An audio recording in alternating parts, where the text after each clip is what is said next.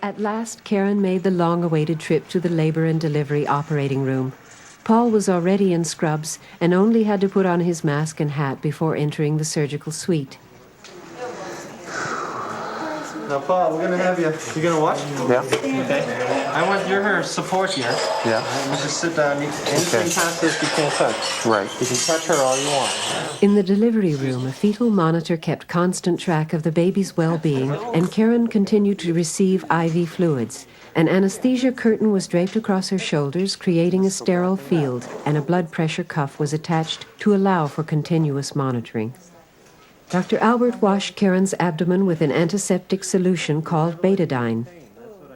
The number of medical staff present surprised Karen until she realized that each person had very specific responsibilities.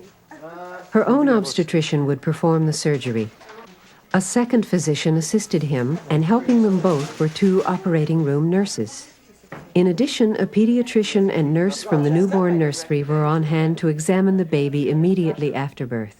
We're testing you here. Do you feel anything?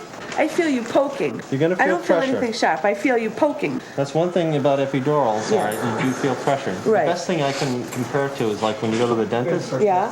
It's just like that you feel the pressure when they're working, but it doesn't bother you. Throughout the procedure, Dr. Levereau monitored Karen's vital signs, but in many ways he was also Karen and Paul's guide, letting them know what was happening and giving them reassurance. How you doing? You're doing great, I'm doing huh? fine. I feel good.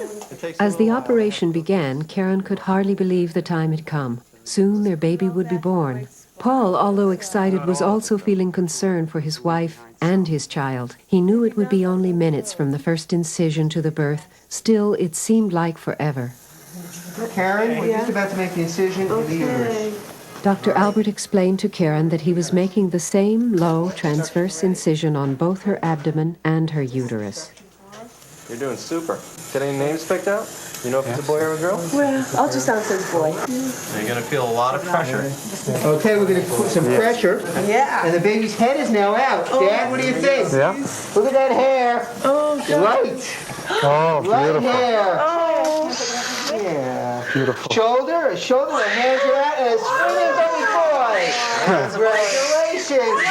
Oh, she's beautiful, hon. Congratulations. That's great. Yo, he's beautiful. He's beautiful. Beautiful, baby. Yeah, beautiful. Birthday, huh? Boy. Oh, what a big boy. Congratulations. Happy Thank birthday. you. See? Say hi, Nick. Once Nicholas was born, he was examined by the pediatric staff. Then Paul could hold him while Kay looked on. It takes a full 30 or 40 minutes after birth for surgeons to complete the repair of the uterine and abdominal incisions. During that time, it is not unusual to experience nausea or chills and shaking. Medications are frequently offered which alleviate these symptoms, but they may also induce drowsiness, and many women prefer to be awake and alert during their first moments with their baby.